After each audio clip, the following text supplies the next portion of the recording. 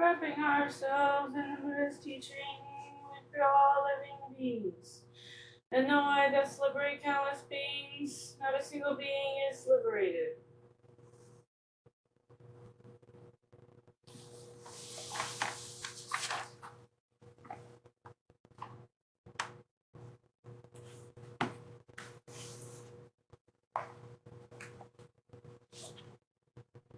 Incense chant.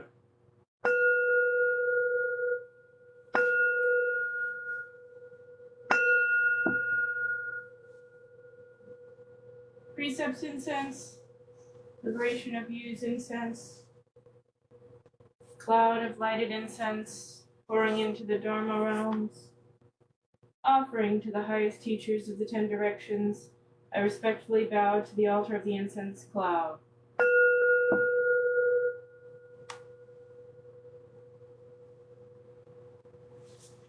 Bodhisattva.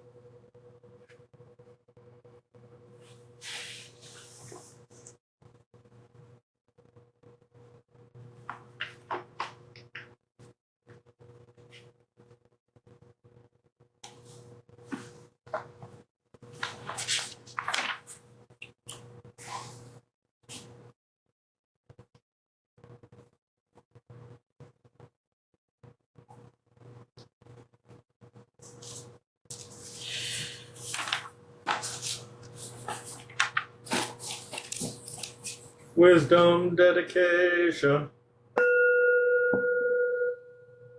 We dedicate this time and place to the 3 jewels. To the Buddha, the ideal of enlightenment to which we aspire. To the Dharma, the path of the teaching that we follow. To the Sangha, the spiritual fellowship with one another that we enjoy. Here may no idle word be spoken. Here may no unquiet thoughts disturb our minds. To the observance of the 5 precepts. We dedicate this place. To the practice of meditation. We dedicate this place.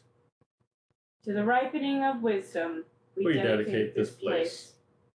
To the joy of awakening. We dedicate this place. Though in the world outside there is strife. Here may there be peace. Though in the world outside there is hate. Here may there be joy. Here seated, here practicing. May our minds become Buddha. May our thoughts become Dharma. May our speech together become Sangha. For the happiness of all beings, for the benefit of all beings, with body, speech, and mind, we dedicate this place.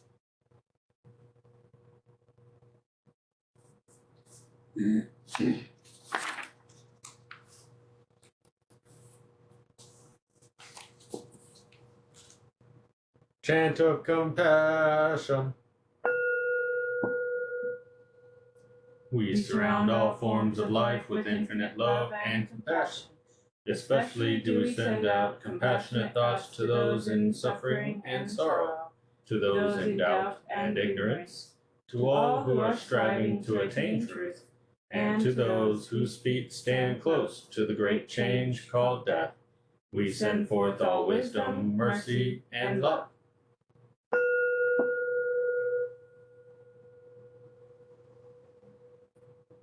May the infinite light of wisdom and compassion so shine within us that the errors and vanities of self may be dispelled. So shall we understand the changing nature of existence and awaken into spiritual peace.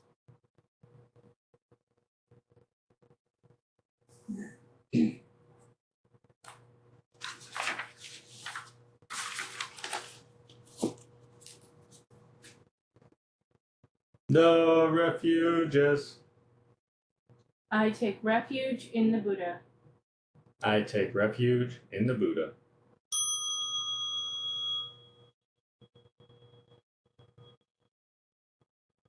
I take refuge in the Dharma. I take refuge in the Dharma.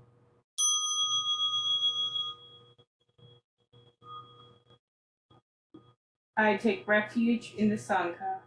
I take refuge in the Sangha.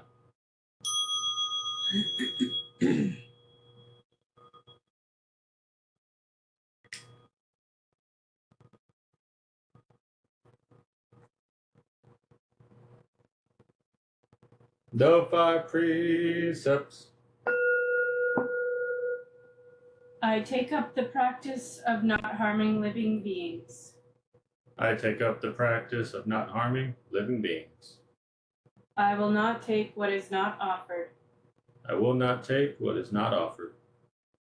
I will not misuse sexuality or sensuality.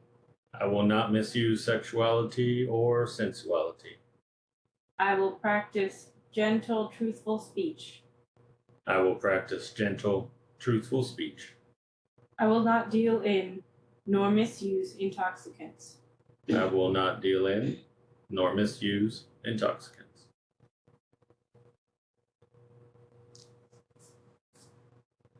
I think I need to get a glass of water. Did you want a glass of water before we finish next one? Show.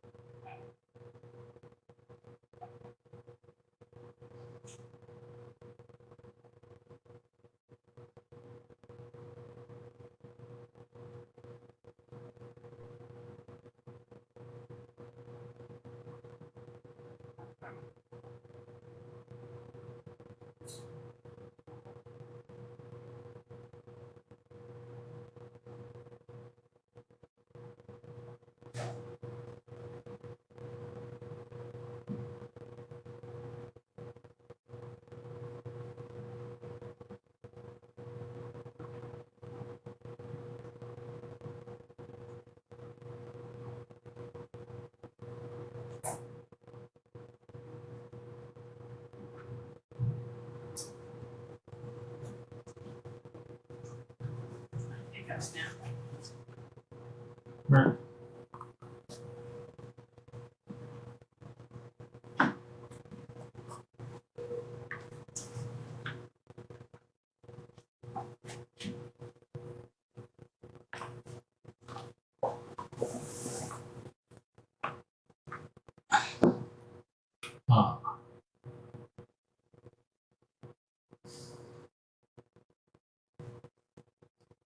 Tim is waiting.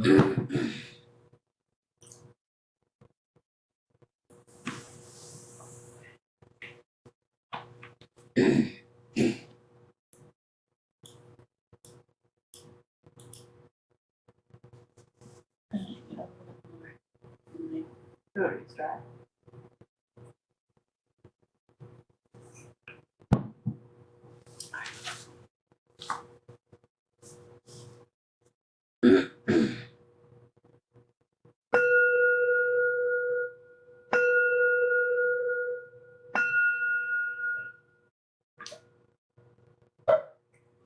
The Buddha Sarangamagata.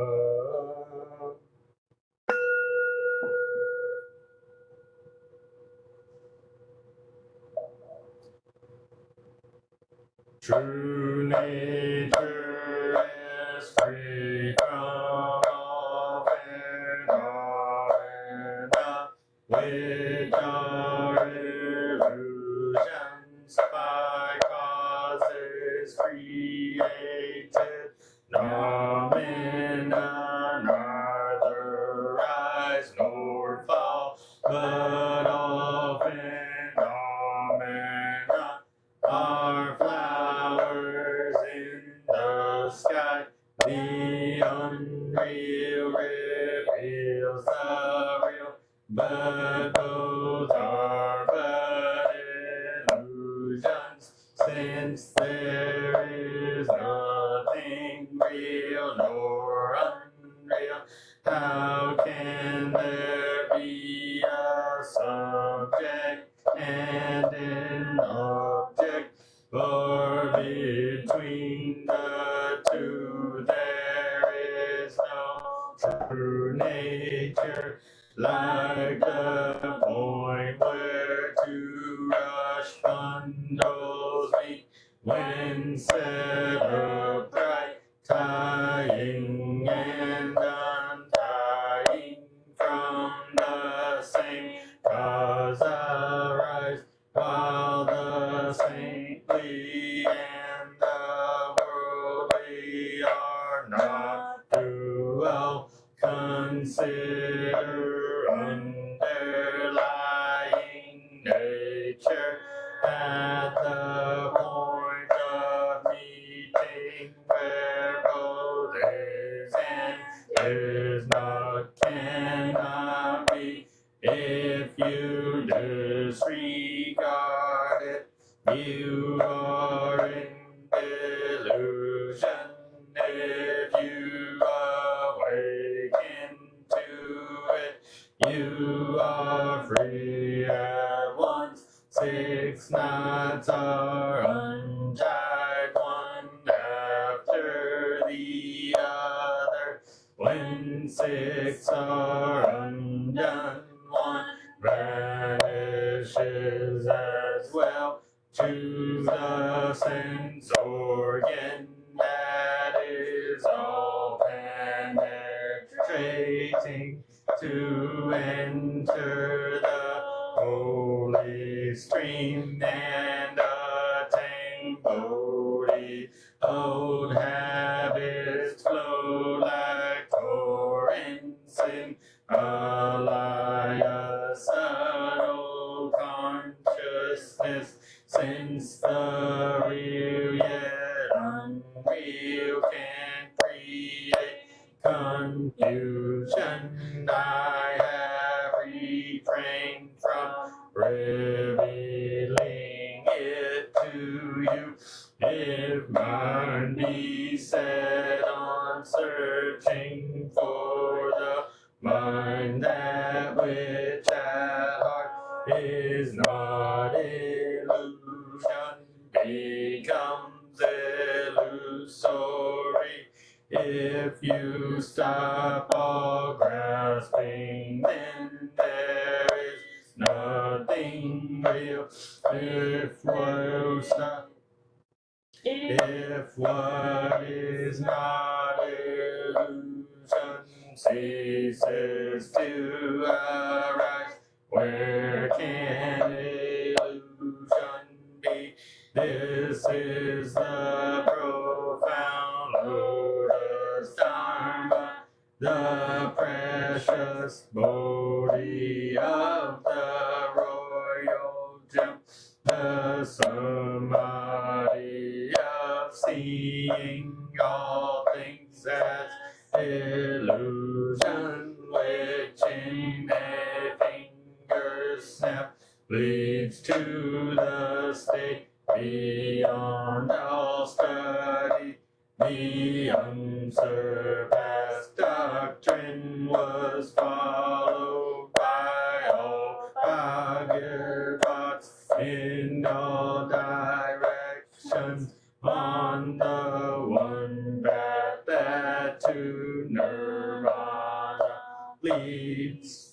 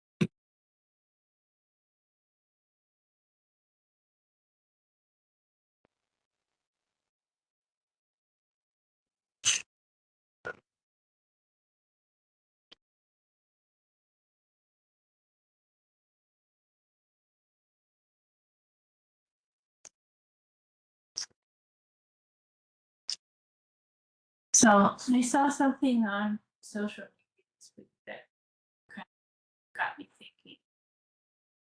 Uh, it was a post that was glorifying somebody saving their relationship. I thought it was interesting. Um, there was this lady who said that, her marriage was falling apart and that she would come home after work and change into sweats and just relax, and that, they were in the process of getting divorced and separated. And to save her marriage, she thought that she needed to show up. That's what they calling it, showing up. And she proceeded to describe, when I got home, I didn't change into unappealing clothes. I cooked dinner. I basically did everything I could to serve my spouse so that they wouldn't leave me. And then she proceeded to say it saved my marriage because he ended up staying. And that's kind of something that I've seen spread around a little bit. It's kind of like this idea that there needs to be some self-sacrificing act in relationships, that it needs to be giving and taking, needing to rely on each other, and reciprocal need. And I think that while that can be useful, it's dangerous to make these sweeping statements that healthy relationship means that one person has to show up or do something for the other person to stay. Um, and I realize that, these people have found ways that work for them, but that's not in alignment with practice. I mean, I'm thinking about it because I've had to rely on Robert a lot this week, and it's really a game of trying to make everything even though I want it to be even. Satisfaction. It's not really a game of needing to show how much I need him or needing to feel that he needs me. This kind of relationship, and really every kind of relationship, should be one of uh, I guess, not out of necessity. And really what I noticed is that when I come from a place of needing someone, needing Robert to be there for me, what happens is I build this expectation that he should be there for me. And then when he can't be there for me, painful, and it strains my idea of our relationship.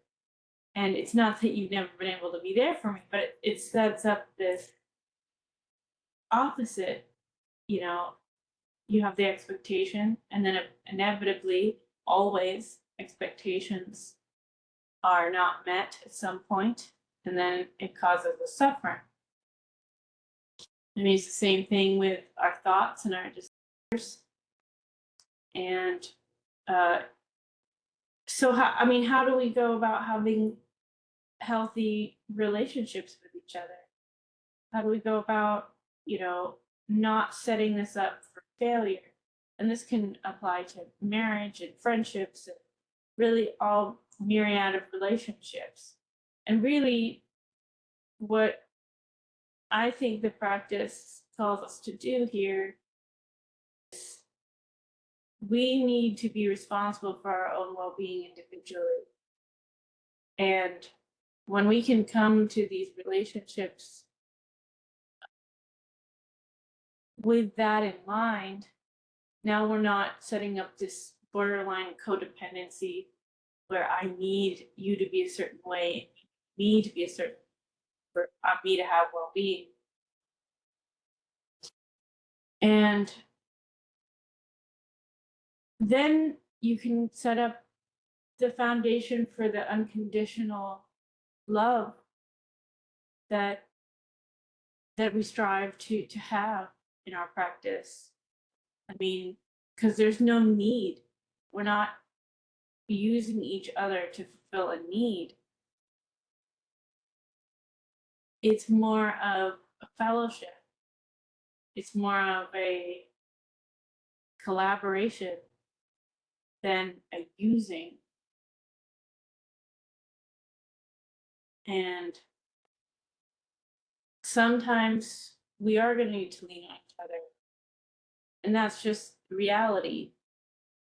But it's about, just like everything else in the practice, picking it up when you need it and putting it down when you don't need it. Just because I needed you today and I needed you yesterday, mean I'm going to need you tomorrow. Doesn't mean you're going to need me tomorrow. Doesn't mean I can ever, pay it back. Because it just doesn't work that way. But if we can help each other as we go and pick it up when we need it, put it down when we don't, then I think there's a good step in the right direction, good foundation for having friendships, having loving relationships that aren't going to be detrimental. Something else I've realized too is that when we have struggle, it can be easy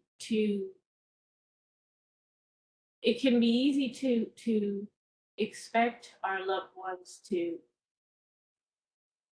handle us with struggles. What I mean by that is there's contrast between the way that I would act towards I don't know when I'm struggling, and the way that I would act towards people I know when I'm struggling. And well, part of that is comfort, because I can predict how the people I know are going to react to me struggling. And I feel open, comfortable showing them that I'm struggling. It can also be an excuse. It can also be an excuse to abuse that use of needing people. So I think, just like with everything, it should be a practice of vigilance. Don't take more than you need. Don't give more than you have to give. Just noticing that with people I don't know, I don't need as much from them. And not trying to be self-critical, but just noticing that there is a difference. That, if I can push myself, then I should. And if I need to ask for help, then I should. And maybe it's an exercise of saying, hey, Robert, I'm struggling, but I don't need your help. I just want to let you know that I'm struggling. Maybe there's some middle ground between the two extremes. But I find that, a lot of times relationships are portrayed as needs to be fulfilled instead of coming from a place of not needing and just having compassion and care for each other. Really, even in times of discomfort, treating each other with respect and treating each other the way that we would want to be treated.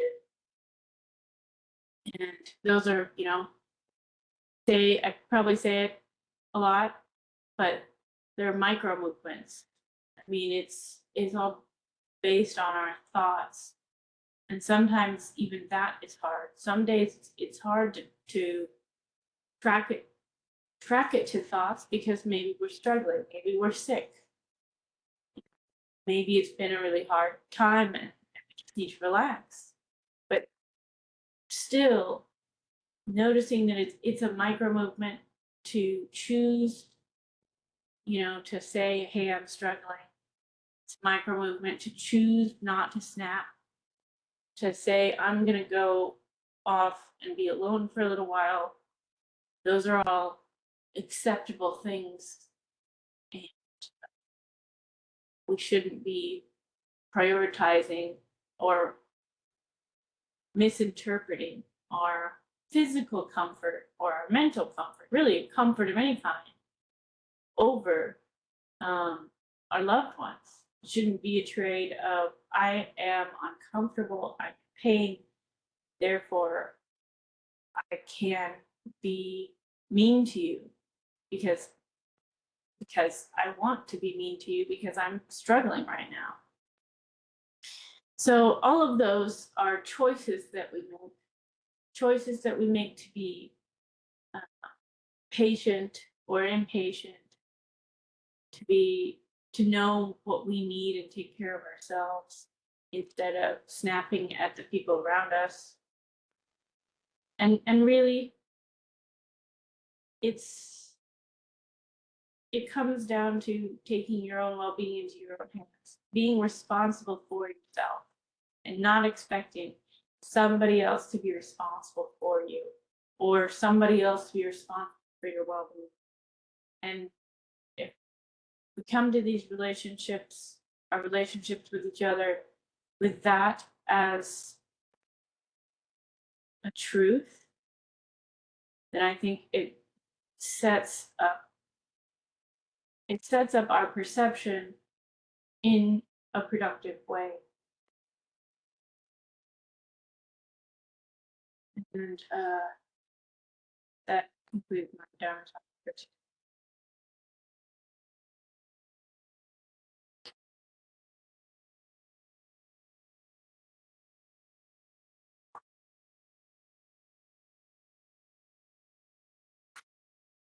Okay, announcements. The only thing that I can think to announce this is that Robert's working on putting the recordings of services up on YouTube.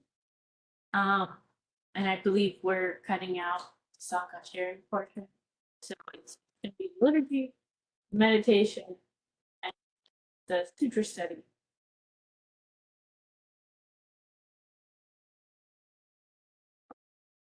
Move on to closing that.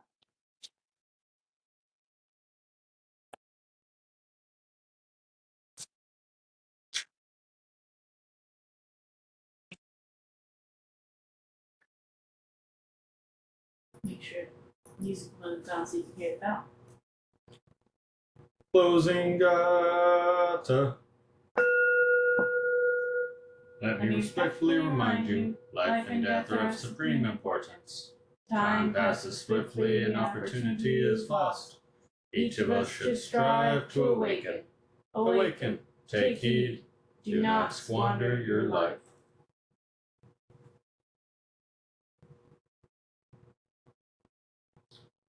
Offering of merit. May the merit of this penetrate into each thing in all places, so that we and every sentient being together can realize the Buddha's way.